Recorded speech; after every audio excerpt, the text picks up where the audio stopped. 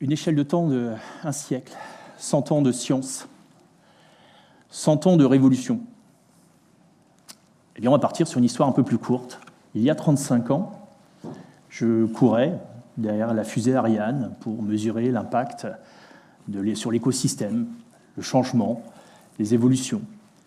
Et au travers de ces évolutions, pendant 35 ans, comme l'a cité Olivier, on était dans une science qui était établie, la communication. Donc, on met des moyens matériels pour pouvoir obtenir des résultats. On n'est pas toujours dans cette échelle de temps et on est convaincu que ces 35 ans qui sont passés jusqu'à aujourd'hui, l'évolution a été très très forte, très pesante, très prégnante. En 2016, où on a commencé à parler de smart. Alors le smart, on le met un peu à toutes les sauces, on en parle, smart building, smart innovation, smart. Moi, je croyais que c'était une voiture. Donc le smart, en fait, on s'est aperçu que la smart city, c'était un besoin croissant de mettre en place des moyens, mais sans vraiment se poser la question, sans se dire pourquoi. Et en effet, restart. Donc 2016, la première avancée, une avancée lente, où on met un mot, smart city, pour pouvoir définir l'aménagement urbain. Mais cet aménagement urbain, on l'a pris comme un moyen. Donc on a vu cette évolution, et puis en parallèle de cette évolution, en 2007, un brillant, un visionnaire, sorti, alors je prends l'iPhone, mais bien évidemment il y avait d'autres smartphones. Moi je viens de la génération du Minitel, la génération du Radiocom 2000. Quand j'ai expliqué à un de mes stagiaires, je lui ai parlé de Minitel, il m'a regardé avec des grands yeux en se disant « mais je croyais qu'il y avait que dans les musées ». Donc cette notion de smart, c'était tout simplement la possibilité d'accéder à l'information. Donc depuis 2007, on s'est posé la question, se dire, mais très bien, mais à quoi? Je peux accéder à quoi? Donc il me faut des réseaux de communication. Donc on était toujours un peu contraint, un peu forcé à se dire, dans un territoire, eh bien, c'est un espace qui est un espace fermé. Cet espace fermé, on a de plus en plus de gens qui viennent, avec une culture différente, des ethnies différentes, des âges différents. Et puis, eh bien, comment faire cohabiter un peu tout cela? On s'est dit, on va mettre des moyens. Donc, on va améliorer nos réseaux. Donc, on va pouvoir communiquer encore plus fort, communiquer beaucoup plus vite. Donc, on est parti de la 2G, la 3G, la 4G, la 5G, le Wi-Fi. On est parti avec le développement de la fibre optique. Tout ça, ce ne sont que des moyens. À aucun moment, on s'est posé la question du pourquoi, mais surtout du pour qui. Donc, on invente en 2016 le terme de smart. On fait un grand balayage de tous nos préjugés, et on se dit, voilà, c'est une solution technique, et puis bien, on va résoudre tous ces problèmes citoyens, tous ces problèmes humains, avec des moyens techniques. Et on va mettre des capteurs, on va développer, avec la grande avancée des réseaux 868 MHz, l'avancée de l'IoT, des objets connectés, et puis on va vous dire que, globalement, on aura à peu près 5000 objets connectés dans une maison d'ici 2030. 5000. Les objets connectés, on les a partout, partout. Et ce ne sont pas eux qui ont révolutionné vraiment la notion de smart. Ce qui a résonné sur la notion de smart, c'est tout simplement l'implication citoyenne. Et là, on a commencé à se dire, mais il n'y a pas très longtemps, il y a 3 ans seulement, on vous parlait toujours de Smart City. Regardez le marketing territorial, aujourd'hui on parle de territoire intelligent. Voire de ville intelligente au départ, c'était un petit peu pompeux, donc on s'est dit on va faire un territoire intelligent. Qu'est-ce qui a fait ce changement? C'est tout simplement l'appropriation. Et surtout la force qui a donné cet accès, cette évolution humaine vers le smartphone, qui a donné l'accès aux citoyens et qui a donné l'accès aux besoins. Un smartphone, c'est quoi? C'est un téléphone, bien évidemment, c'est la fonction première.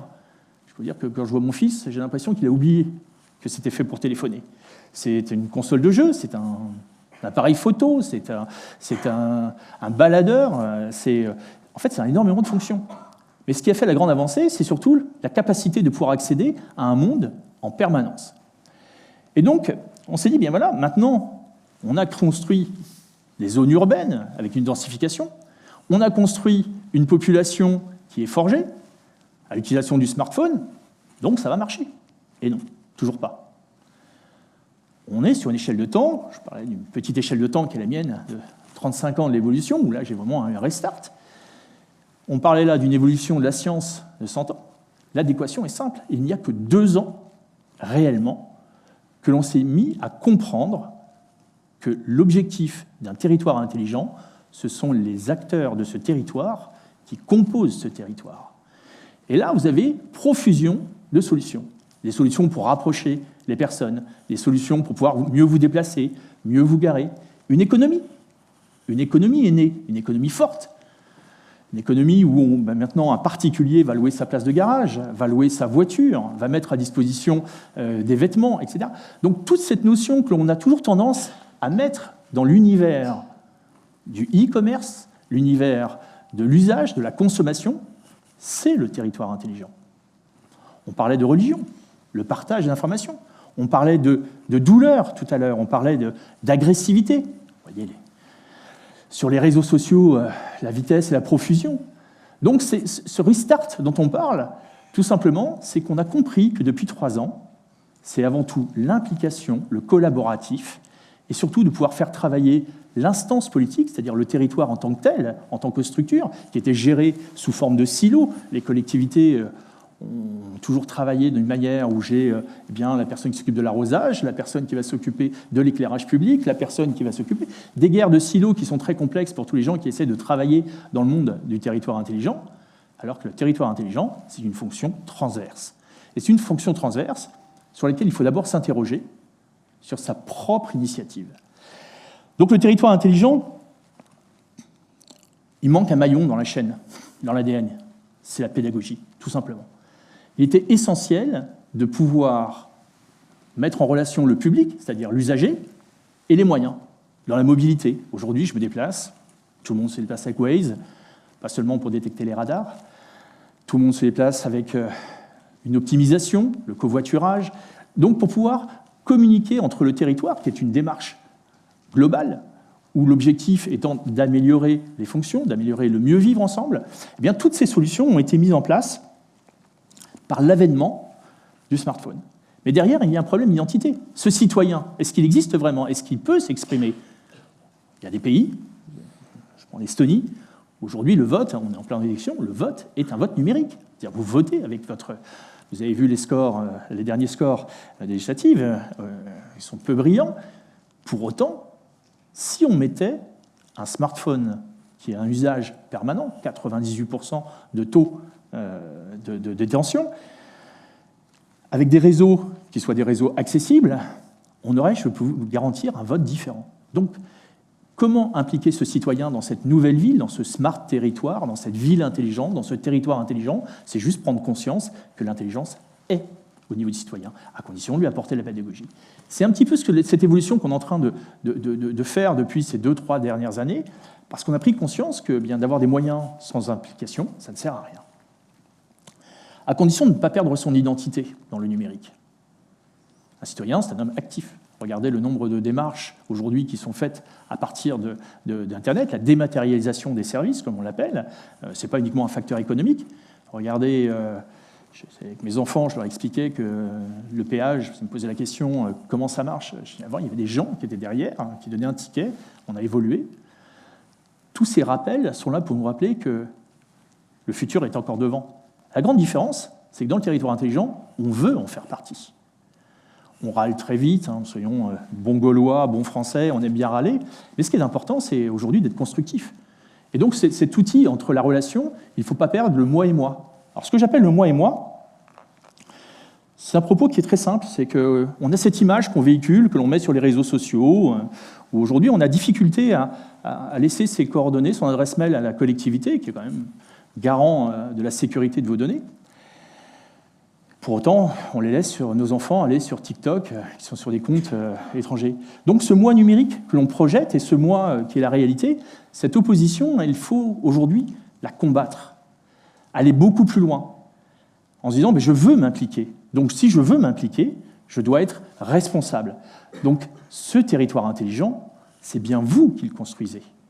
Ce n'est pas de la Smart City. Donc mon propos est relativement simple. Si vous voulez construire votre propre univers à la maison, vous maîtrisez votre univers. Votre univers, il est beaucoup plus grand. On l'a vu, il est infiniment grand. On sait qu'on a une évolution. Cette évolution, on est obligé de l'accompagner. Donc, lorsque vos enfants, aujourd'hui, viennent vous expliquer comment fonctionne le réglage de la télévision, lorsque vos enfants sont aujourd'hui des consommateurs, des zappeurs, changent de chaîne, etc., il faut aussi les sensibiliser sur la notion de territoire. Ce territoire, c'est l'espace dans lequel vous êtes, de dire bonjour à votre voisin, de garder un sens humaniste. Et c'est justement la nouvelle démarche de la Smart City, d'être présent. Est-ce que c'est un restart? Est-ce que c'est un reset? Est-ce que c'est un revival? Les trois options sont possibles. C'est juste vous qui construisez votre territoire, c'est vous qui en faites la qualité, qui en faites la composition, en allant vers l'autre. Donc cet humanisme qui existe au travers des territoires, il est simple. Le territoire est une dimension qui est à la grandeur de votre démarche et de votre volonté. Donc le Smart City n'a pas tout réglé. Le territoire intelligent ne va pas tout régler, c'est juste l'avenir que l'on va décider de s'approprier dans notre espace pour pouvoir régler des problèmes. Merci beaucoup.